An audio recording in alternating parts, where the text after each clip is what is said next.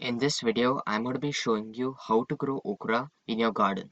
I'll be showing you the whole process from sowing to harvesting and will be giving plenty of tips along the way. The different sections of the video are as follows: planting time, sun requirements, soil, sowing, watering, fertilizing, and harvesting. I'll be explaining these 7 topics in depth throughout the video. Planting time. Okra is a warm season crop and loves the heat and warmth. It is one of the few crops that can survive 90 to 100-degree Fahrenheit weather. Okra likes to be direct sown, however, if you live in a cooler climate, you can start okra seeds indoors and transplant when the ground is quite warm. If you plan to direct sow okra, May through June is the best time to do so. Sun requirements. As mentioned in the last section, okra loves the hot weather. Sow seeds in a location where the plants can get 6 to 8 hours of direct sunlight. If you give it less than 5 hours of sunlight, the plants may not grow well and the pods could be quite small. If you give it more than 8 hours, the plants could get burned and will require large amounts of water. Soil. You can buy a raised bed soil mix or potting mix from the store. I personally use the Kellogg's raised bed soil. However, I don't recommend it as there was a lot of wood chips mixed in the soil and it did not hold moisture properly. You can also make your own soil by mixing peat moss with compost and perlite. You can substitute peat moss with coconut coir and perlite with vermiculite. Peat moss holds water, compost provides nutrition, and perlite makes the soil airy and light. Sowing.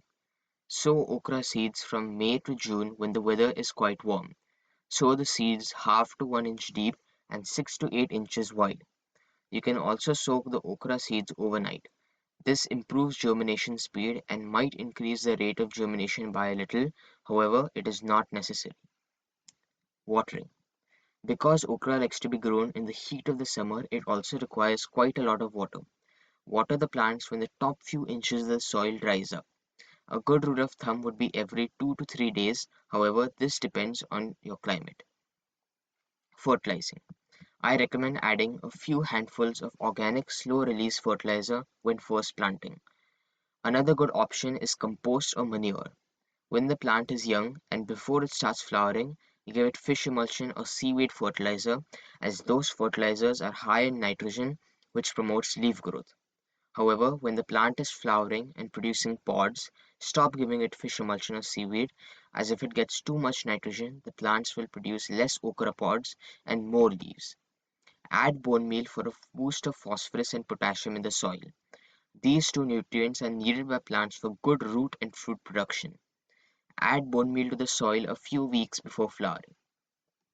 Harvesting. Harvest okra pods when they are young and tender, as if they get too large they become stringy and tough.